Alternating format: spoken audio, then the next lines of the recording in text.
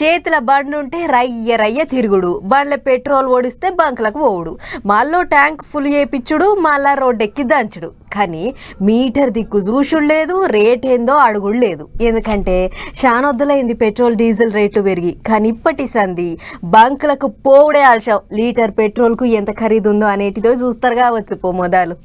అందరూ అనుకున్నట్టే diesel petrol ధరలు పెరిగినాయి. పెట్రోల్ మీటర్ 4th గేర్లా, డీజిల్ మీటర్ టాప్ గేర్లా. డీజిల్ పెట్రోల్ ధరల దండోరా మోగింది దేశంలో. లీటర్ పెట్రోల్ మీద 3 రూపాయలు, లీటర్ డీజిల్ మీద 3 రూపాయలు పెంచింది. ఇప్పుడు నిన్నటి వరకు లీటర్ పెట్రోల్ 107 రూపాయలు, లీటర్ డీజిల్ 95 రూపాయలు ఉండే. ఇప్పుడు పెరిగిన రేట్లతోని పెట్రోల్ 110 రూపాయలు, డీజిల్ 98 రూపాయలకు చేరింది అన్నట్టు. పెట్రోల్ రేట్లు బాగా పెరిగినాయి. మొన్నటిదాకా గ్యాస్ రేట్లు పెరిగినాయి. ఈ సామాన్యుని పరిస్థితి ఏంది? తగ్గించాలి. రోజు ఇప్పుడు ఉన్న రేట్లే చాలా ఎక్కువ తగ్గించేది పోయి ఇప్పుడు డబుల్ రేట్లు చేస్తున్నారు. బ్లాక్ మార్కెట్ బాగా అవుతుంది. ఏదున్నా ప్రభుత్వం దీని మీద చర్య తీసుకొని ప్రజలకు జర అండగా ఉండి కొంచెం రేట్లు తగ్గించే ప్రయత్నం చేయాలి. బండ్లకు మైలేజ్ తక్కువ, డీజిల్ పెట్రోల్ రేట్లు ఎక్కువ. మరి ఇట్టెందుకు పెంచాలంటే అదంతా పశ్చిమాసియా దేశాల నడుమ అయ్యేటి యుద్ధాల పుణ్యమే. 100% సరుకంతా బయట దేశాలకేంచి వచ్చేటిదే నాయ మనతానికి. ఈ యుద్ధాలు చేయంగా తొవ్వలు బంద్ అయ్యేటాలకు రేట్లు పిలం చేసిరు అన్నట్టు. డీజిల్ రేట్ పెరగడం వల్ల మా కస్టమర్ వాళ్ళు కూడా ఎక్స్ట్రా అమౌంట్ అనేది ఇవ్వట్లేదు.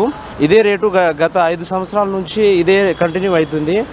వేరే టిఫిన్స్ అన్న వాళ్ళు కూడా అమౌంట్ ఎక్కువ పెంచారు. దానివల్ల మాకు ఇబ్బంది అవుతుంది.